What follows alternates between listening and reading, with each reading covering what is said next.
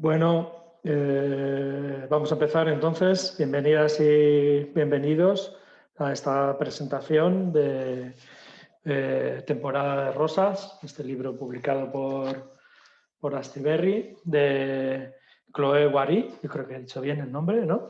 Espero que sí. Y bueno, organizada por el Instituto Francés, que es un placer siempre estar con la gente del Instituto Francés. Y tenemos con nosotros a la autora, a Chloé Wary, que les saludamos desde el norte de España. Hola, Chloé. Y está con nosotros también la periodista Mamen Hidalgo, que es experta en fútbol femenino, ¿no, Mamen? ¿Podemos presentar así? Correcto. Correcto. Sí, entonces, bueno, vamos a articular una pequeña charla a partir del cómic, en el que vamos a hablar de este cómic, que, bueno, lo voy a presentar muy rápidamente. Y, bueno, aprovechamos también un poco el sentido del cómic para hablar de fútbol en general y de fútbol femenino en particular, si os parece bien a vosotras.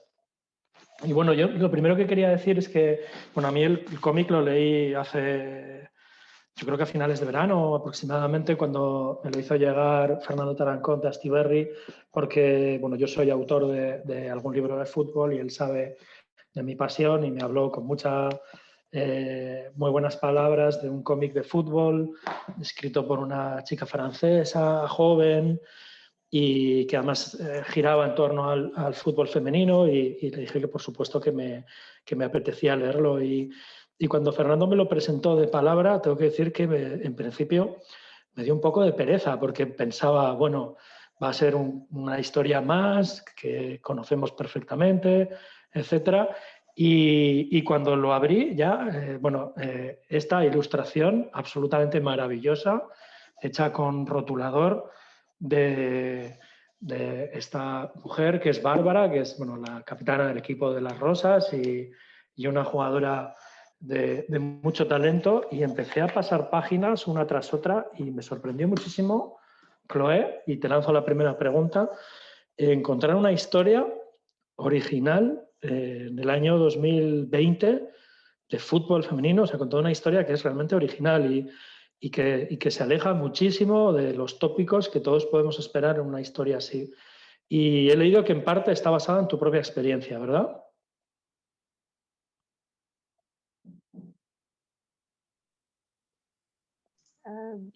Oui, bonsoir tout le monde. Merci Galder pour Sí, buenas tardes, Galder. Muchas gracias por esta presentación.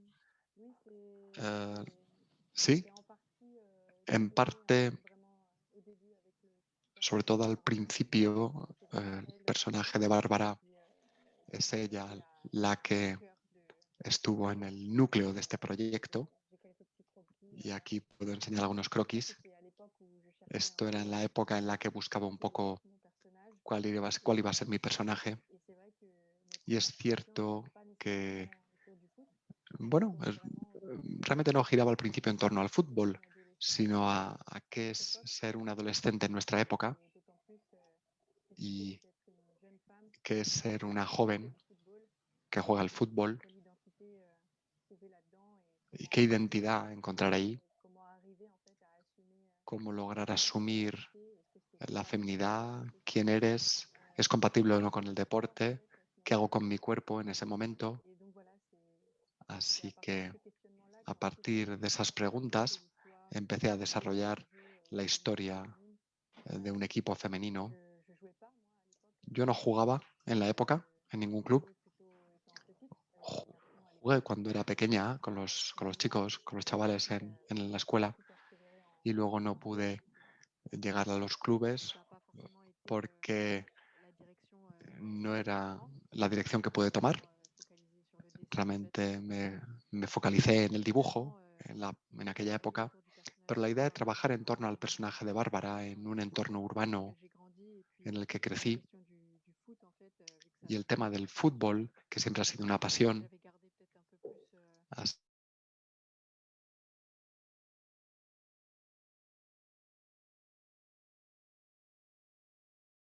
realmente un poco volverme a poner a la tarea del fútbol y unir esas dos pasiones, el fútbol y el dibujo.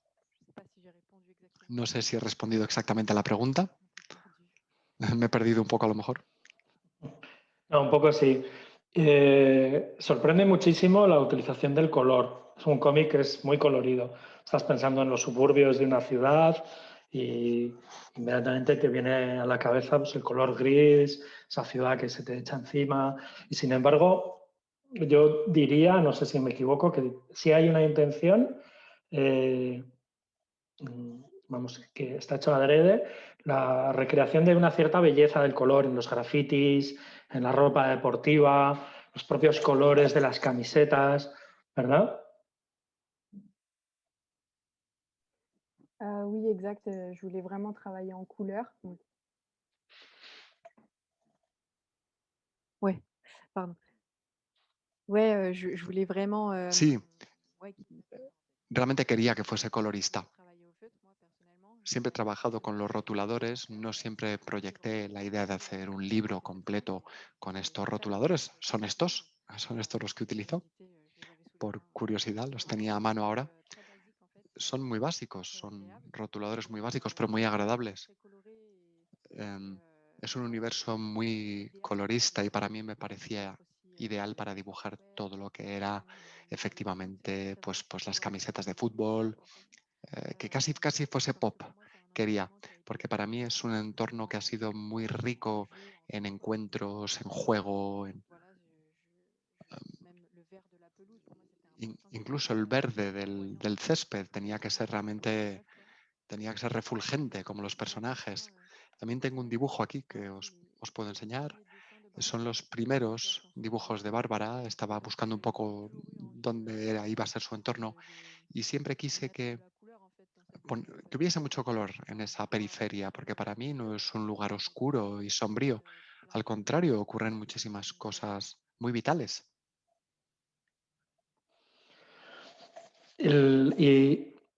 Dices que siempre has trabajado con rotuladores, sin embargo, tu cómic anterior, que también cuenta una historia de superación de mujer, que es la de el derecho por conducir en Arabia Saudí, ¿verdad? Un derecho tan básico que a veces parece que es otro mundo completamente, sin embargo, era en blanco y negro. Y no, no por el dibujo, pero sí la utilización del blanco y negro, sí podría recordar un poco a Persepolis. Y aquí de repente es una explosión de color. ¿Tiene que ver el rotulador con la idea de la adolescencia, que es como un registro que remite muy rápidamente a la infancia, ¿no? Yo creo que no dibujo con rotuladores. Ahora lo voy a hacer porque te voy a copiar, porque me ha gustado mucho, pero no dibujo con rotuladores desde que era un niño.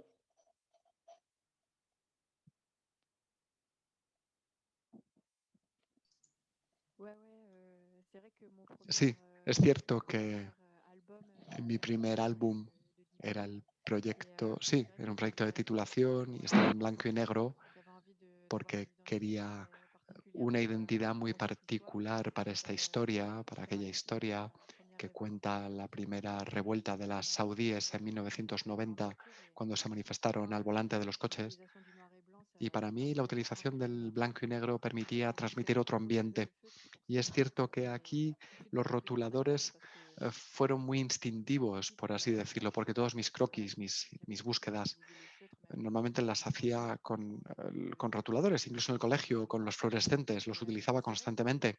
Y es cierto que tiene una parte muy infantil, un tanto naive, en esa textura del rotulador. Rápidamente hace pensar efectivamente a los dibujos de un universo con una connotación muy, en Francia, desde luego con una connotación muy particular. Y también hay una cuestión de accesibilidad, porque quería mostrar que para hacer un libro no hace falta mucho. En todo caso, en cuanto al material, en una época, bueno, pensaba que hacía falta una tableta gráfica, pero realmente con un papel, lápiz y rotulador se puede imaginar un universo completo, entero, solo con esos instrumentos. Así que me gustaba mucho la sencillez de la herramienta. Qué bonito lo que dices. Lo que pasa es que también supongo que a nivel de corrección tiene que ser muy difícil trabajar con rotulador, ¿verdad?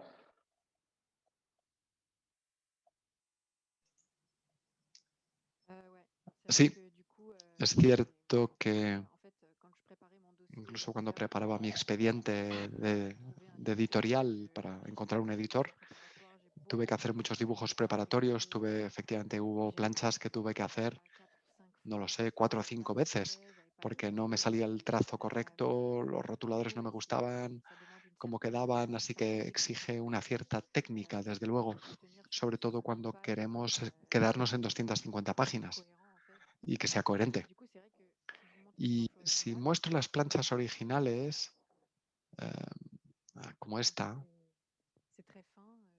realmente es muy fino el papel. Y de hecho, no sé si lo veis, pero hay también lápiz para las viñetas. Entonces, típicamente esto en el ordenador es muy, muy difícil, realmente da mucho trabajo. Añadir el blanco, borrar el lápiz de lo que escribo, aunque cuando empiezo a dibujar una plancha original tengo en transparente debajo digamos, ese lápiz, ¿no? Ese trazo a lápiz. Y pongo por encima una hoja blanca y me permite dibujar directamente sin que haya ese trazo de lápiz en mi hoja, ¿no? Entonces puedo ir directamente al rotulador. Sencillamente redibujo por encima de ese trazo, esa guía en lápiz. Pero es verdad que a veces me ha ocurrido tener planchas que no me gustaban por una viñeta y sabía que había que hacer retoques, y en esos casos a veces pues sencillamente volvía a hacer la viñeta y luego hacía un montaje con Photoshop. Pero idealmente intento tener una plancha perfecta desde el principio, porque en 250 páginas, pues cuanto menos se retoque, mejor. Bueno, perdón, ha entrado mi hijo, entonces esto es como ya estamos acostumbrados con el confinamiento a estas intervenciones. Bueno, al final vamos a tener preguntas, entonces estoy viendo que hay participantes. Supongo que las preguntas pueden ser por escrito y luego se las decimos a Chloé o a Mamen. Chloé, si te parece, vamos a dar paso a Mamen. Me apetece mucho saludarle porque le admiro mucho. Hola, Mamen. ¿Qué tal? Muy buenas, ¿qué tal? ¿Cómo estás? ¿Qué tal? Estás en Un Madrid, placer. ¿no? Sí, en Madrid, Sí. teletrabajando como casi todos, ¿no? Pero bueno, Madrid. Sí. Bueno, me alegro mucho de verte. Hacía mucho tiempo Igualmente. que no nos veíamos. ¿Te has leído el cómic, verdad?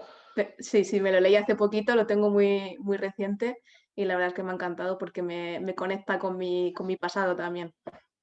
Sí, sí. ¿Nos cuentas un poco qué sensaciones has tenido leyéndolo y cómo engarza eso con tu Bueno, experiencia? yo al final pertenezco a una generación en la que las niñas no podíamos jugar al fútbol, o si podíamos nos encontrábamos muchos inconvenientes, ¿no? Primero en el entorno familiar, como le pasa a Bárbara con su madre, que es reticente a que juegue al fútbol, y luego en la sociedad, en la calle, en la que no encontrábamos ni clubes, ni herramientas, ni nadie que nos apoyara en eso.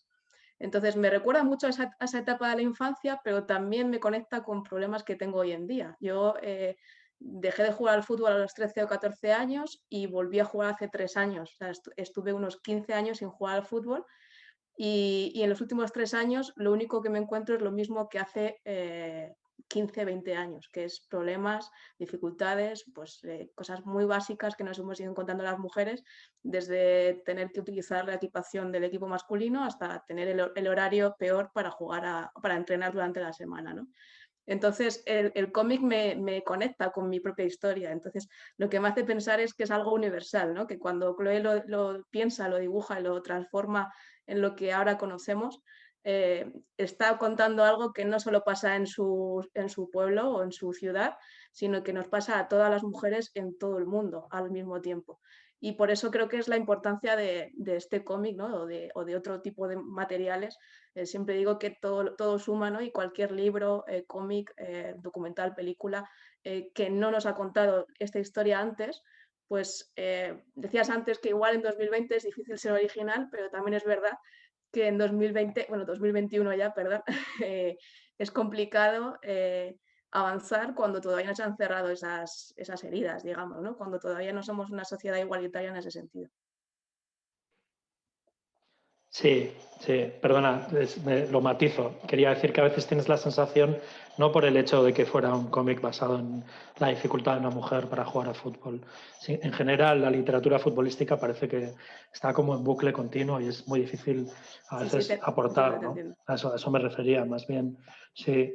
Bueno, tú también has estado trabajando ahora en un documental hace poco que nos contabas antes a micrófono cerrado, que aunque es un documental que está centrado en un club muy grande como el Real Madrid, en realidad las historias que están ahí no dejan de ser historias muy parecidas a la de Bárbara, ¿no? La protagonista.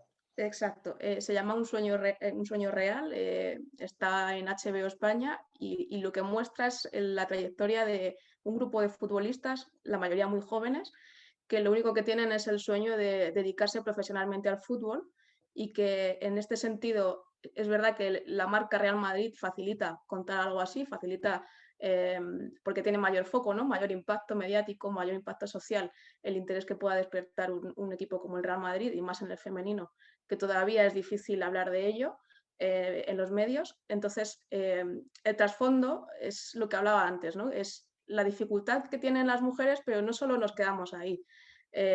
Y da igual el escudo que tengan, todas han pasado por la misma etapa y sobre todo es mirar hacia el futuro, porque muchas veces lo que hacemos es quedarnos no en el victimismo, pero sí en las características comunes, como hablábamos, que nos han hecho tener que saltar muchas barreras y que nos han hecho llegar tarde a todo respecto a los hombres en este ámbito.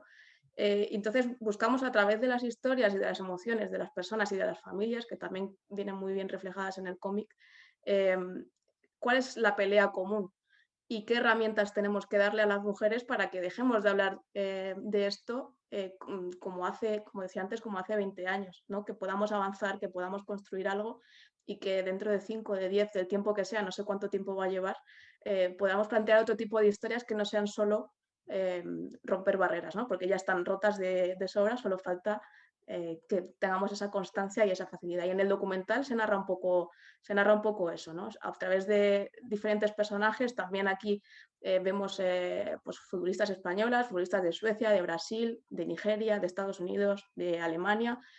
Todas cuentan su historia personal, cada una es diferente, pero todas tienen esos elementos en común que son los que hablamos aquí también.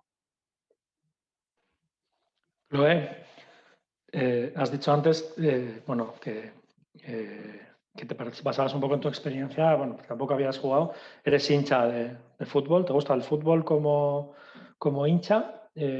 Dos preguntas. Una, ¿cuál es tu equipo? Te voy a preguntar dos, en Francia y en la Liga Española, porque tengo una sospecha después de leer el cómic. Y luego otra pregunta.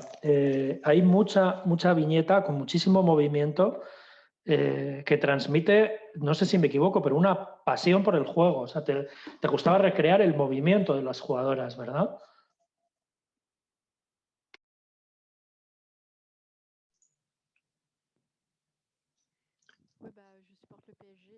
Pues a mí me gusta el Paris Saint-Germain, el PSG. No es sorpresa, esto en Francia. Y sí, realmente era toda la cuestión en un momento dado. Y que tuve que perder mis complejos para poder volver a jugar al fútbol, porque en un momento dado quería que se viese en las planchas, en el dibujo, que realmente que fuese real, que transmitiese autenticidad, y para que yo misma me lo creyese, pues tenía que romper un poco esas barreras que me había puesto desde hacía tiempo. Por lo tanto, tenía que ir ahí, sobre el terreno, y volver a aprender a jugar y a encontrar mi lugar en un equipo, mi papel estratégicamente, cómo organizarme, cómo organizarse. Y toda esa terminología, todos esos reflejos volvieron, y eso me sirvió claramente para transmitirlo en mis planchas de dibujo. Luego está también la paginación, que era muy importante, es decir, que necesitaba jugar con los puntos de vista, a veces con un primer plano, otras veces con más distancia para entender cómo se desarrollaba la escena. Y a cada vez intentaba conservar en la cabeza la sensación y el recuerdo. Era un trabajo muy sensorial, por así decirlo. Siempre intentaba acordarme cuáles eran las emociones que sentía en ese momento en la cancha. Y eso me permitía contar la historia y el desarrollo. Yo tenía en la cabeza el guión de los entrenamientos, del partido, Eso estaba muy claro en mi mente y luego tuve que estructurar todo eso con las herramientas del cómic. Y por eso también intenté jugar con las viñetas y tener algo dinámico y al mismo tiempo que el lector pudiese seguir la acción. Así que creo que, bueno, sí, efectivamente, ir sobre el terreno ayuda mucho. A mí me recordaban algunas viñetas a Matisse, pero me recordaban a Matisse a través de la recreación que se hizo de Iniesta. ¿Os acordáis, Mamen, Chloe, que en el Mundial 2010 cogieron una imagen de Iniesta rodeado de holandeses y lo relacionaron con algunos dibujos de Matisse? Entonces ahí había como un giro que era muy, muy bonito en tu cómic. Chloe, yo te quiero preguntar una cosa que a mí me ha sorprendido y que me ha gustado particularmente, porque como hombre que soy, pues muchas veces siento que, aunque no es mi lucha, porque es la lucha de mis compañeras, pues sí, a veces me siento con algunos discursos un poco fuera, ¿verdad? Y he visto en tu cómic que eliges, y es una elección, supongo que es consciente, ¿no? Una presidenta del equipo de fútbol, no un presidente. Es decir, que parece poco más que estás transmitiendo que la lucha de las rosas es contra la estructura, no es una lucha de géneros. Luego tenemos un personaje como el entrenador, que sí es alguien que se suma a esa lucha. Y luego hay un personaje que a mí me fascina, que es Bilal, porque es un personaje que es ambivalente, ¿no? A la vez genera rechazo, porque es como qué fácil lo tienes todo tú, ¿verdad? Bilal tiene una vida pues, un poco disoluta, es un poco, eh, iba a decir, pues, como poco indisciplinado, ¿no? Mientras que Bárbara es una luchadora, Bilal parece que lo tiene todo. Y sin embargo, hay una atracción también por parte de Bárbara, ¿no? Es decir, joder, es un personaje que da mucho juego. A mí me gustaría que nos contaras un poco cómo planteas esto a la hora de elegir el género de los personajes en la historia.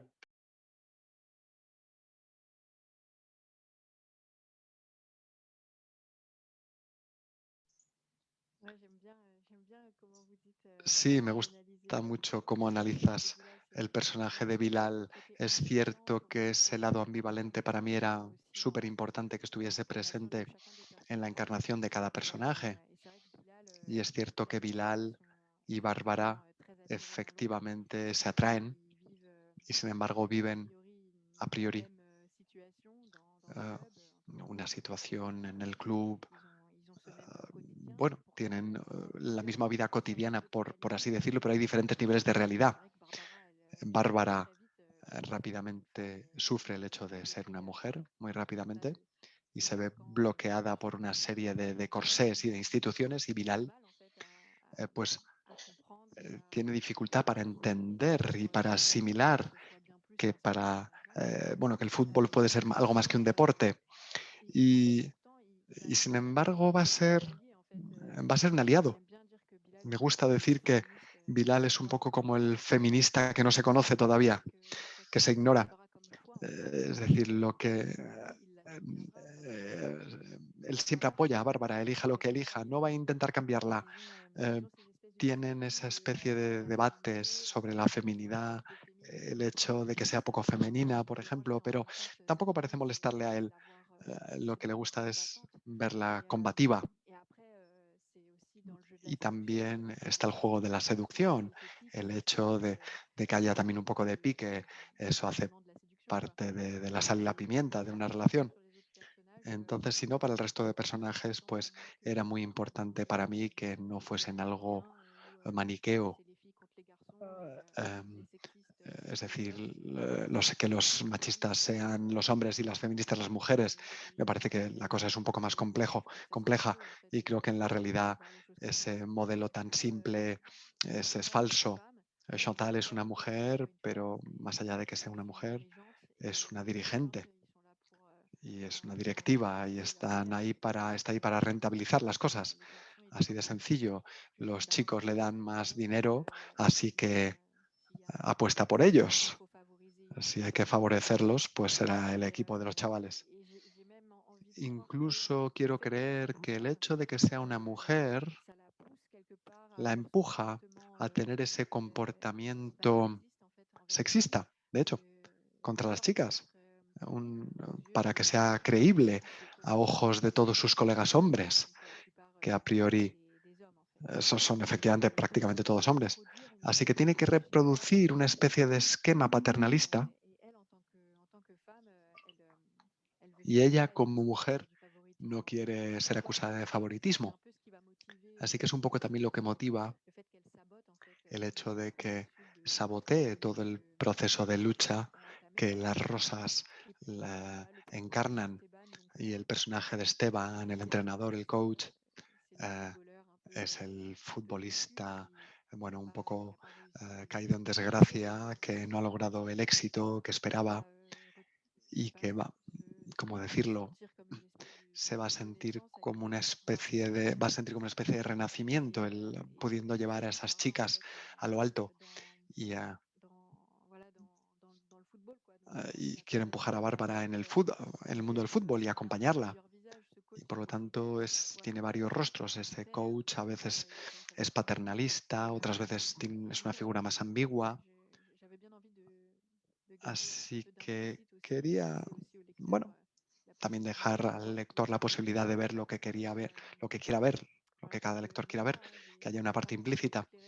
Yo no tengo todas las respuestas, claro, de las relaciones humanas son complejas y yo he podido sentir algunas cosas, a veces con entrenadores o con profesores, en el fútbol o en el dibujo, y es difícil saber realmente qué ocurre en la cabeza de la gente, pero lo que es importante sentir es que hay un apoyo real por parte de este hombre y que a pesar de que sea un hombre, puede ser tan feminista como cualquiera.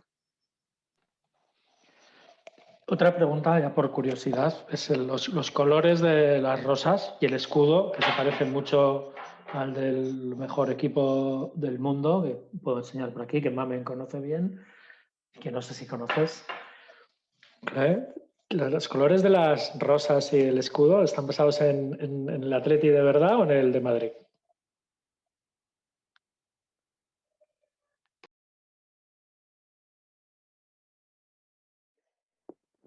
Alors, c'est vrai que les rayures, en fait, Sí, es ça cierto que las rayas aparecen mucho en las camisetas. Y la Juve es que es mi debilidad, un poco de mi debilidad, pero me gusta mucho la ciudad de Bilbao. Nunca he ido, a pesar de ello, pero cuando era animadora, cantábamos una canción que se llamaba El Toro de Bilbao y siempre me pareció que sonaba muy bien. Tengo mucho afecto por la ciudad de Bilbao, es así, ¿qué le voy a hacer? Pero es cierto que las rayas aparecen mucho en los escudos bueno, es un poco la identidad de las camisetas de fútbol, de la equipación de fútbol. Y de hecho también está el logo de mi club, Bisú, que tiene también rayas. Creo que no tengo aquí ninguna camiseta. Efectivamente está el balón, están las rayas, está esa parte, sí, efectivamente, de escudo. Bueno, tenemos que hablar con Astiberri para cuando vuelva a ver la feria del cómic de Getxo, que es por aquí, que te traiga y hacemos una visita a San Mamés. Una pregunta más sobre la lucha de la mujer, porque además le quiero preguntar a Mamen también desde su punto de vista de periodista deportiva, ¿verdad? Que son tanto el periodismo deportivo como el cómic, son también dos ámbitos en los que las mujeres han tenido que luchar y que siguen teniendo que luchar para tener su papel. Y que al menos en España siempre ha sido profundamente machista. Es algo que está cambiando en los últimos años. Cada vez hay más autoras, cada vez hay mejores autoras, cada vez los lectores de cómic leemos también más autoras. Parece que ya eso ha llegado a una cierta normalidad, pero todavía hay que luchar mucho. Tú has recogido en Temporada de Rosas también parte de esa lucha como autora de cómic, o en Francia el hecho de ser mujer y autora no es algo que se parezca tan contradictorio como aquí, como ha sido aquí.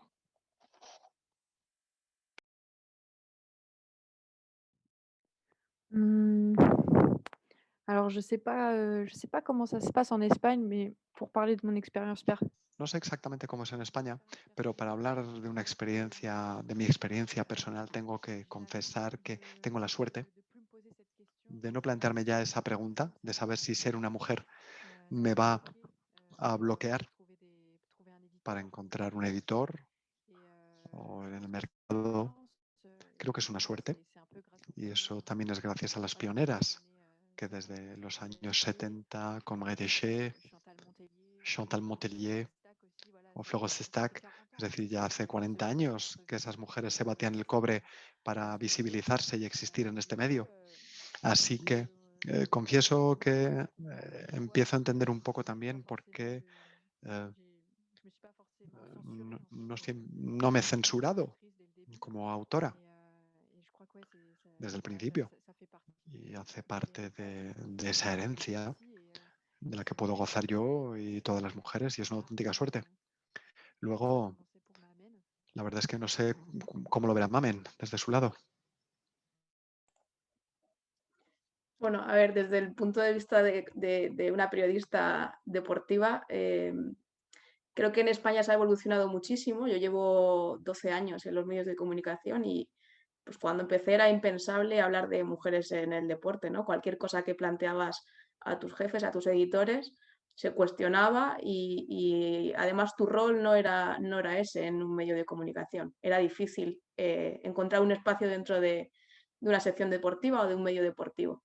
En los últimos años, gracias a que la sociedad ha avanzado también mucho y a esas reivindicaciones sociales, a este feminismo que venimos conociendo, sobre todo desde 2018, sí que he notado un cambio positivo, sí que dejo de cuestionarme, como decía ella, como decía Chloe, ese tipo de preguntas, sé que tengo mi espacio, pero sí que hay matices. Por ejemplo, yo entiendo que las mujeres en el periodismo deportivo, al menos en España, no tenemos todos los espacios que podríamos tener. O sea, de alguna manera nos están relegando también a hacer un determinado tipo de contenido. Esto implica pues, que a lo mejor en secciones en las que se habla de deporte, cuando estamos hablando de deporte masculino o de deporte en general, sin etiquetas, ahí siempre están los hombres, siempre están los compañeros, y cuando hablamos de deporte femenino, parece que solo hay mujeres o que somos las mujeres las especialistas en ese tema. Entonces, yo creo que el siguiente paso en el periodismo deportivo es ese, ¿no? Poder encontrar secciones mixtas, compartir ideas, compartir conocimiento, independientemente del género del que estemos hablando. Y actualmente es como lo veo. O sea, actualmente yo sí que siento de alguna manera que todo lo que no he podido contribuir al fútbol y al deporte en general, pues dejando de jugar al fútbol cuando era pequeña o apartándome del deporte durante muchos años, de alguna manera lo estoy revirtiendo ahora, ayudando a generar referentes a que otras generaciones que vienen por detrás conozcan a estas deportistas, a empoderar a las niñas, a que practiquen deporte, a que sigan sus sueños, a que puedan creer que pueden ser deportistas. Pero sí que me queda esa espina, ¿no? de no poder sentirme yo plena dentro del periodismo deportivo, sabiendo que tengo un espacio y un hueco que a lo mejor si no hubiéramos respaldado en los últimos años tanto el femenino, no lo tendría. No sé si me explico, pero es un poco la sensación. Perdón, que se me olvida encender el micro. Mamen, ¿tú crees que esa lucha es una lucha doble? Por una parte contra una misma y otra por otra parte contra la sociedad. Porque yo muchas veces cuando hablo con compañeras, eso que decíais, por ejemplo, de haber dejado el fútbol y haber vuelto, ese periodo que has estado sin jugar, no deja de ser un periodo en el que también has tenido que luchar contra tu propia forma de ser, ¿no? Contra tu propia identidad, ¿no? Y yo creo que es algo que hay una frase que a mí me gusta mucho, que además está destacada en la contraportada del cómic, que dice Bárbara: a veces creo que las cosas serían más fáciles si tuviera un par de pelotas, ¿no? Y no se refiere a pelotas de fútbol, entendemos. Y es cierto que muchas veces cuando hablas con compañeras y te cuentan un poco pues, esa lucha que han tenido ellas, en diferentes ámbitos, no solo en el deportivo, también en periodismo, como autoras, etcétera, tienes la sensación de que hubo un momento en que les vencieron, que esa batalla la perdieron internamente, han tenido que pasar esa travesía por el desierto. ¿Tú crees que también es luchar un poco contra prejuicios que has ido chupando como una esponja y que has hecho tuyos, ¿no? Yo he hecho esa reflexión hace muy poco, o sea, hace un par de años, ya te digo, cuando retomé el fútbol hice la reflexión. Y sobre todo cuando, hablando con algunas, bueno, yo escribí un libro hace un par de años y tuve que entrevistar a algunas protagonistas que eran de mi generación. O sea, Vero Boquete, Laura del Río, quizás un poco mayores que yo, pero no mucho. Entonces, teníamos mucho en común. Y yo, cuando era pequeña, realmente con 12 o 13 años no piensas en lo que estás dejando, simplemente te dejas llevar.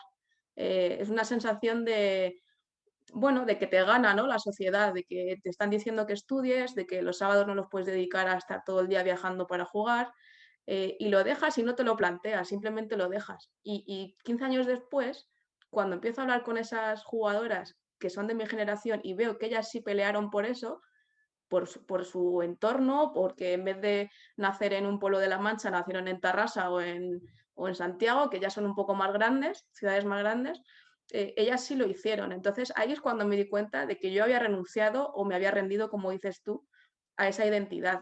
Es verdad que yo tampoco la peleé, pero porque la sociedad te hace o te hacía en ese momento asumir lo que eres. Y al final eres una persona que tiene que estudiar, tiene que formarse porque sabe que del fútbol no va a poder, ya ni siquiera vivir, porque tampoco creo que pensara en vivir del fútbol en aquella época, simplemente era por disfrutar. Pero la haces después, la reflexión. Yo creo que no, quizás ahora sí que habría una pelea interna porque hay más elementos, hay más conexiones sociales, ¿no? Tú puedes tener acceso a información a través de Internet, hay una sociedad mucho más abierta con la que puedes de alguna manera buscar las herramientas para desarrollarte y si por cualquier motivo no lo consigues, sí que puedes tener una pelea interna, pero hace unos años cuando, ya te digo, cuando la gente de mi generación o anteriores generaciones lo dejaba sin más, sin planteártelo. Y evidentemente era una batalla ganada de esa sociedad patriarcal de la que hablaba Chloe. Luego, a nivel de curiosidad, Mamen, tú antes de periodista has sido hincha, ¿no? ¿Tú eres hincha del mismo equipo en la liga masculina y en la femenina? Momento confesiones aquí. Mira, yo, a ver, por hablar de lo que me interesa ahora, yo reconozco, yo soy hincha o seguidora del Real Madrid desde pequeña por mi abuelo. Yo veía el fútbol con él y era lo único que entendía, fútbol y fútbol masculino, ni siquiera me planteaba, no conocía a mujeres que se dedicaran a ello, no sabía que existían, lo he descubierto después investigando y leyendo. Pero cuando me empecé a introducir en el fútbol femenino, evidentemente no existía el Real Madrid y había otros equipos a los que seguir, ¿no? Y lo que tiene el fútbol femenino, que es a lo que vengo ahora y por eso confieso esto, es que yo, por ejemplo, era seguidora del Atlético de Madrid y del Barcelona en el fútbol femenino. Yo me alegré muchísimo de que el Barcelona llegara a una final de Champions, me alegré muchísimo cuando el Atlético ganó 3 ligas seguidas.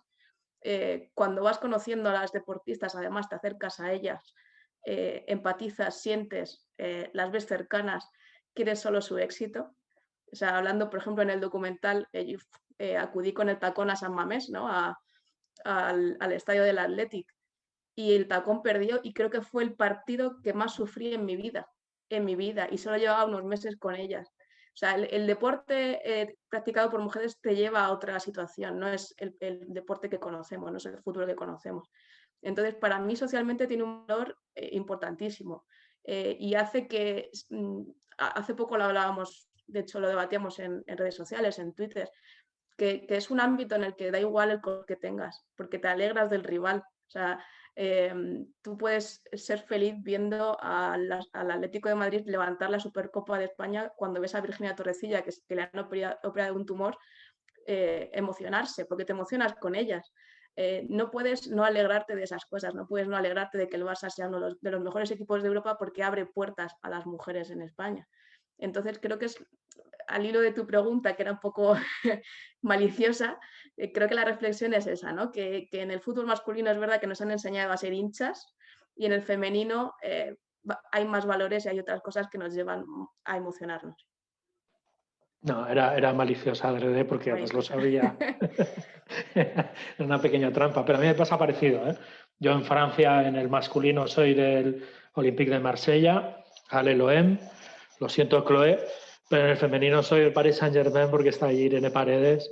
Y cómo no vas a ser de Irene, Désolé pour ¿verdad? toi, Que es un Gabriel. sol de mujer y además, bueno, ha estado aquí antes, etcétera. Y, sí, y luego lo que dices es muy interesante, porque suele haber un argumento que es una falacia y que es muy falso y que además es muy machista, que dice que el fútbol femenino estará a igualdad del masculino cuando se reproduzcan esos patrones de censurar al equipo, de insultar a las jugadoras, de llamarlas mercenarias, y eso no es verdad. En realidad, yo cuando voy con mis hijos a ver a las chicas del Atleti, a las que sigo y además admiro mucho y tengo buenas amigas ahí jugando, tienes muchas veces la sensación de que es una oportunidad para volver a empezar y hacer un fútbol mejor desde los orígenes, ¿no? Cuando tanta gente dice eso del odio eterno al fútbol moderno, que a ellos les gustaba el fútbol de antes, yo les digo, pues vete a ver a las chicas, porque ese es el verdadero fútbol de antes. Hay un espíritu que es de confraternización y ahí sí hay una enseñanza al masculino que yo creo que poco a poco también está calando. Así que comparto contigo, ¿eh? Ahora también tengo que decir al Instituto Francés que esto no puede ser, que han traído una hincha del Paris Saint-Germain, una del Real Madrid. Esto no puede ser. Hay grandes estructuras aquí contra las que tenemos que luchar. Bueno, tengo preguntas para Chloe que están llegando aquí. Tengo que poner las gafas. Chloe, te preguntan una cosa y es si tú también viviste esa ruptura que cuenta Mamen en el fútbol, en ese momento después de la niñez en el que las chicas dejan de jugar porque no encuentran su espacio.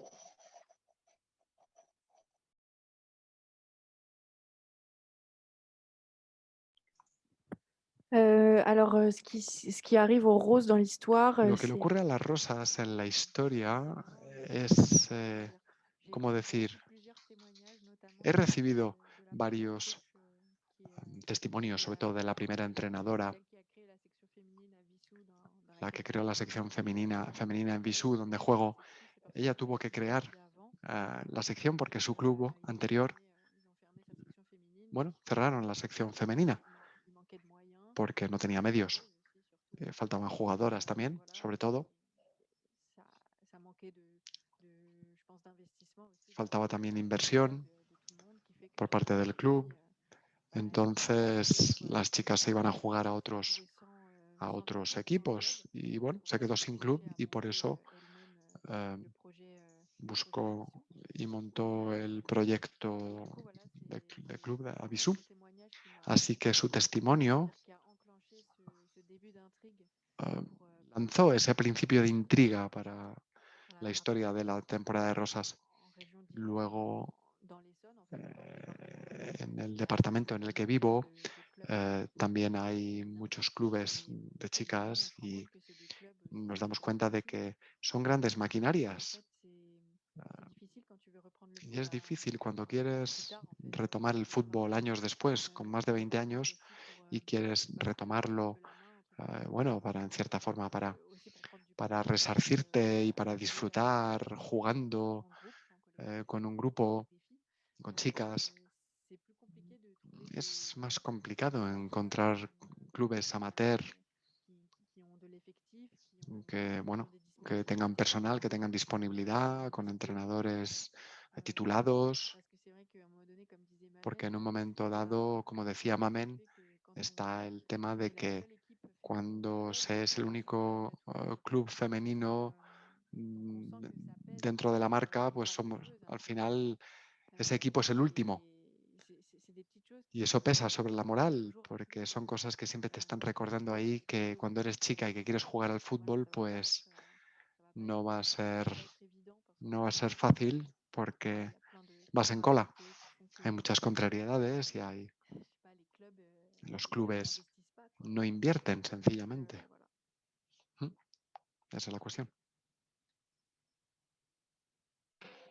Una pregunta para las dos es ¿hasta qué punto entendéis que los hombres pueden ser aliados en la lucha femenina por conquistar el fútbol profesional? Si os parece, empezamos por Chloé, Mamen, ya que está con el micro en abierto. Sí, Mamen.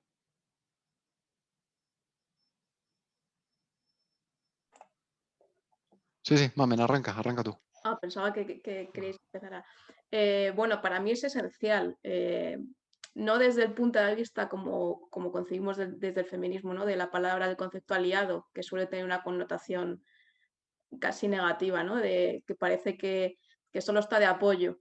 Yo creo que los hombres tienen que tener conciencia sobre el papel que tienen dentro del fútbol para las mujeres, sobre todo porque hoy en día, por ejemplo, a nivel profesional, son los hombres los que están en las estructuras del fútbol, están en las federaciones, están en los clubes, están en todas partes, ¿no? Entonces, de alguna manera ellos tienen que tomar esa conciencia para saber que tienen que estar no de aliados ni de apoyo, sino de activos en la lucha para que las mujeres podamos estar en los mismos espacios. Desde mi punto de vista, todavía no es así, todavía hay estructuras pues, que no conciben o que lo conciben por X motivos que a lo mejor no sienten o no entienden como propios, ¿no? Hay veces que ves que hay clubes, sobre todo desde el punto de vista de la comunicación, que es la que yo trabajo, que no entienden o que no dan el acceso que debería a las mujeres, ¿no? Que las tratan con ese sentido de igualdad que se equivocan por poner un ejemplo, cuando haces una solicitud, ¿no? de entrevista o para cualquier evento con una deportista, muchas veces te encuentras ya con la respuesta de que no, es que como les tratamos igual que a ellos, pues no te voy a conceder esa entrevista porque está concentrada o porque cualquier motivo, ¿no? Entonces yo creo que eso es una falta de conciencia terrible porque no están en la misma fase. O sea, ellas están en fase de crecimiento y tú tienes que ser activo en esa fase. ¿Qué implica eso? Darle todo lo que puedas de tu club o de tu federación o de donde estés, en el organismo que estés.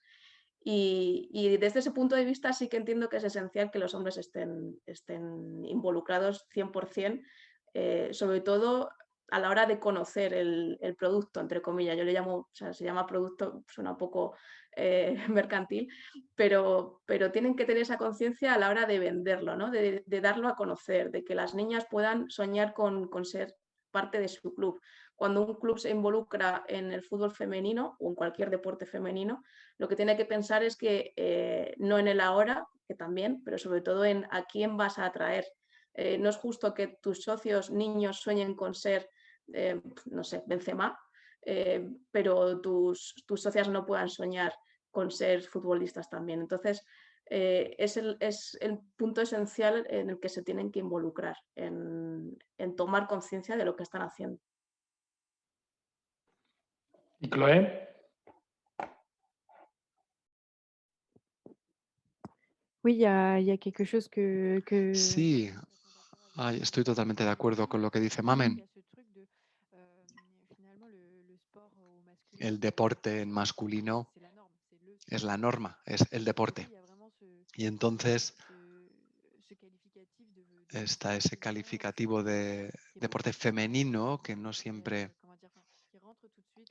que rápidamente mete al deporte femenino, encasilla el deporte femenino, y que puede ser un poco limitante para su visibilidad, para su crecimiento, para su evolución, para su accesibilidad. Creo que hay algo muy importante, es que tengamos modelos de personas con las que identificarnos. Y eso pasa a la fuerza por la visibilidad, por la mediatización, por todos los soportes que hacen visible la práctica del deporte por parte de las mujeres. Y me doy cuenta de que descubrí muy tarde a las atletas femeninas en los deportes colectivos. Y creo que es lo que pesa también mucho en el imaginario de las jóvenes, que es complicado proyectarse en un medio que a lo mejor no es muy deportivo o que no estimula mucho que las chicas perseveren. Es difícil imaginarse de otra forma. Sí, es difícil imaginarse en ese medio porque parece totalmente masculino. Sí, sí, es algo en lo que hay que reflexionar. Tengo que madurarlo. Chloe, preguntan también cuál es si tiene algún significado narrativo en el cómic las rayas del cielo. Tiene una importancia enorme en todo el cómic. La verdad es que yo leyendo la pregunta estaba hojeando ahora aquí el cómic y tienes unos cielos aquí que tienen una presencia enorme en muchos momentos. Y si las rayas de este cielo, de estos cielos que dibujas, si tiene algún significado narrativo.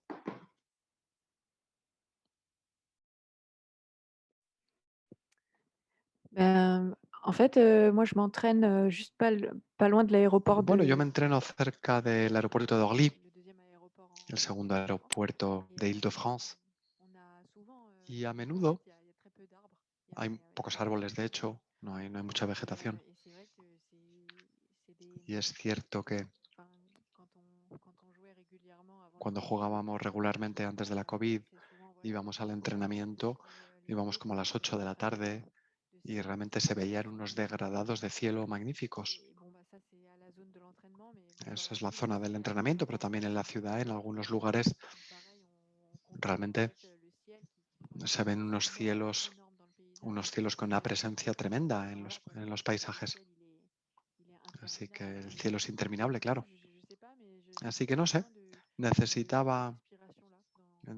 necesitaba respirar, darle aire así al libro. Ça apporte de Me la parecía importante que Après, tuviese moi, su quand j'ai lugar. dessiné, Luego la c'était forma de dibujarlos, esos c'est assez cielos, difficile d'avoir des es dégradés bastante difícil hacer un degradado très, très diffus. así difuso con los Je rotuladores. peux pas faire comme à l'aquarelle en fait. No puedo hacer como en la acuarela. De trouver Así que un intentaba moyen encontrar un medio de signifier cette sensation-là. de transmitir esa Et en fait, sensación c'était un peu y en zébrant, fue, bueno, haciendo un poco como una especie de cebra, coups de crayon. dando esos golpes de rotulador. L'impression que du coup ça fonctionnait. Me daba la impresión de que funcionaba Du coup, bien, c'est un peu rentré comme así comme un que quedó automatisme aussi. Donc, como un automatismo casi. faut que je fasse attention à pas que ça devienne non plus Claro, trop maniéré, quoi. tengo que tener Voilà, cuidado de que no quede demasiado manierista, dans les dessins. Et puis moi, pero ça me realmente faisait respirer en fait. son, me daban aire, me daban oxígeno en las planchas Une al place assez dibujarlos, désirée dans así le que corps. tiene un lugar narrativo en el sentido de que da pausa. Et voilà. Sí.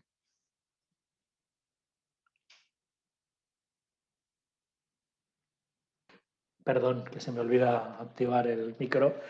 Chloe, ¿cuáles son tus referencias como lectora? Te imagino lectora de cómics de siempre, ¿verdad?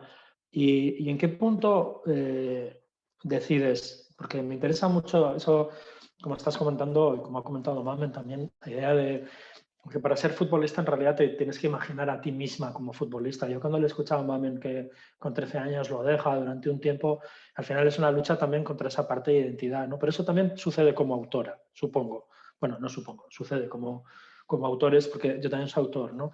Y ¿hasta qué momento pasas de lectora a intentar afrontar tu propia historia? Y luego yo te quiero preguntar por algo porque bueno, fuiste premio del público en el Festival de Angoulême en 2020.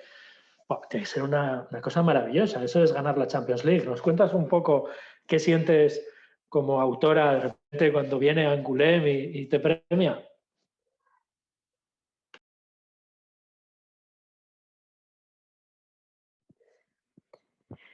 Alors, d'abord pour répondre à la première question. Primero, para responder a la primera pregunta, yo sobre todo leí muchos manga siendo adolescente. Prácticamente solo leía manga, la lectura no era algo fácil para mí.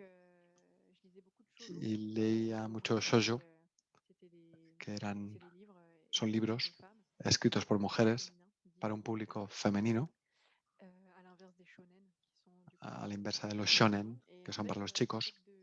Y el hecho de leer libros escritos por mujeres, aunque fuesen japonesas, ya tenía algo con lo que me podía identificar, con la heroína, que siempre una especie de colegiala o de chica de instituto que vivía un poco mi vida, aunque fuese más extravagante, y había algo familiar en ella, en la idea de leer historias cotidianas de chicas de todos los días. y además dibujado por mujeres. Entonces, desde el principio eso me abría una posibilidad de hacer mangas. Estaba viendo libros, pero al menos tener un objeto, planchas con dibujos que se parecían a un libro, aunque para mí la etiqueta de manga durante mucho tiempo se quedó muy aparte, diferente del libro o del cómic. Para mí era una primera forma de proyectarme como autora y así empecé a contar historias, dibujar día a día, inventando una serie de aventuras, etc. Luego para el cómic más franco-belga nunca me ha llamado mucho la atención este tipo de formato, pero en mis estudios superiores descubrí todo lo que era el cómic indie, es decir, el cómic menos tradicional, por así decirlo, con cosas que hablan de lo cotidiano, de la vida auténtica de las personas, donde los autores a menudo son su propia materia. Y para los rotuladores me gusta citar a un modelo, Simon Roussin. Es uno de los primeros autores que vi que trabajaban con los rotuladores y bueno, fue un referente desde luego. Y pensé que los rotuladores no era solo para jugar, y sino para el premio de Angoulême fue increíble, claro. Nunca había creído que me llegase tan pronto, que pudiese llegar tan pronto. Es decir, no hacía ni 2 años que vivía de esto, de lo que hago, y nunca pensé que lograría a vivir de ello. Nunca lograría vivir de ello. Entonces, desde hace 1 año y medio hago todo por esto. Así que es un sistema de vida que es, ¿cómo decirlo? Realmente es empírico, es algo muy experiencial. No hay una formación para que te enseñe a ser freelance y a gestionar tus propias cuentas. Entonces, por eso no me proyectaba como autora de cómic. Para mí, autora de cómic era algo de ocio que podría hacer volviendo de mi trabajo auténtico, pero es que también puede ser el trabajo auténtico. Sencillamente que es algo que hay que abordar de forma diferente. Y el premio de Angoulême es un reconocimiento increíble. Es el reconocimiento por parte de las personas del medio, del público, porque además era el premio del público, así que significa que he logrado llegar a las personas. Es increíble. Así que bueno, no sé si he respondido a la pregunta, creo que sí, ¿no? A las 2 preguntas. Sí, yo creo que sí.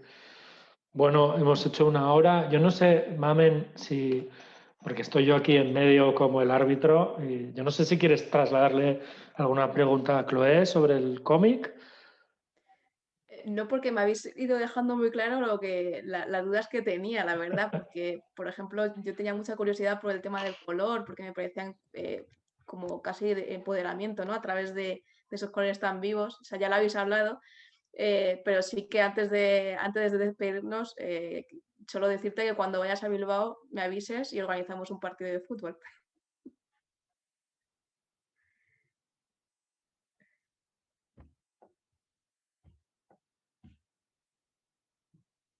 Avec plaisir. J'ai trop envie. Ah Claro, ouais. claro, estaré encantada. Ça serait trop bien. Claro, trop bien. Et sería genial y sin mascarillas. je sais pas si je pourrais courir avec un No sé si podría correr con una mascarilla. Bueno, de aquí está saliendo un encuentro que lanzamos el guante al Instituto Francés de Bilbao, que además son muy activos, tienen mucha actividad y están muy bien. Y a Astiberri, que yo no sé si sabes, Chloe, yo te quiero decir una cosa, que nosotros en Bilbao, yo suelo decir que yo estoy muy orgulloso de 2 cosas. Del Athletic, que es el equipo de nuestra ciudad y es el equipo de todos, que es un equipo muy especial, y de Astiberri, de la editorial Astiberri y de la librería Joker, que son 2 sitios maravillosos que tienes que venir a conocer. Astiberri hace 20 años, perdón, estoy poniendo años, hace 20 años este año, la editorial que te está publicando en España.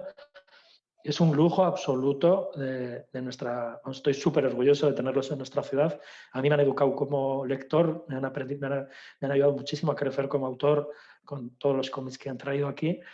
Y has venido en un año perfecto. Y yo te quería decir que, para terminar, que de verdad me parece... Yo organizo un festival de literatura y fútbol en Bilbao, ahí te lo estoy dejando caer. Ya estamos aquí poniendo cosas, ¿verdad, Mamen? Yo creo que el festival de literatura y fútbol puede ser una oportunidad. Y por cuestión profesional he tenido que leer muchísimas cosas de fútbol y me ha llegado súper hondo tu historia de... Cuando alguna vez estamos, yo te quiero preguntar un montón de cosas que se me quedan en el tintero, pero felicidades porque has hecho un cómic maravilloso que yo espero que llegue al público en España a través de Astiberri y una historia potentísima. Yo me sentía muy identificado con la protagonista en muchas cuestiones de la adolescencia. Hay una escena que me encanta cuando ella está con las manos en la sien en la cocina y está el ruido de la lavadora de fondo y otra que es la escena, es que no quiero hacer spoilers, por eso me cuesta un poco hablar a veces de esto, pero hay una escena que la haces maravillosa también, que es la escena en la que Bárbara y Bilal se acuestan y pones la imagen de la madre sola en casa. Y a mí me llegó como boom, diciendo, porque es una reflexión, o sea, con dos imágenes potentísima y bueno, yo creo que va mucho más allá del cómic de fútbol y de verdad muchas felicidades por el trabajo que has hecho, que también tiene que conquistar al público español y seguro que lo hace. Merci por tout ça, Galder. Muchísimas gracias, Galder. Realmente me llega mucho lo que dices. Estoy muy emocionada y la verdad es que me parece increíble también que el libro atraviese en las fronteras. Ya, para empezar, ya encontrarme con chavales y chicas de instituto ya me parece impresionante, pero que encima ir más allá de las fronteras y que pueda llegar a España y llegue a un público, llegue al corazón del público español es fabuloso. Y lo que me parece todavía más cool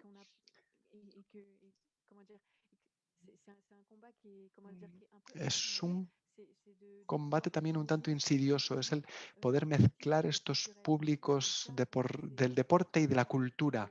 A mí me parece fantástico eso, porque el fútbol permite eso y me di cuenta de que hay muchas personas, muchos deportistas que normalmente no leen o no van a ver exposiciones o ir a museos porque piensan que no está ahí su lugar.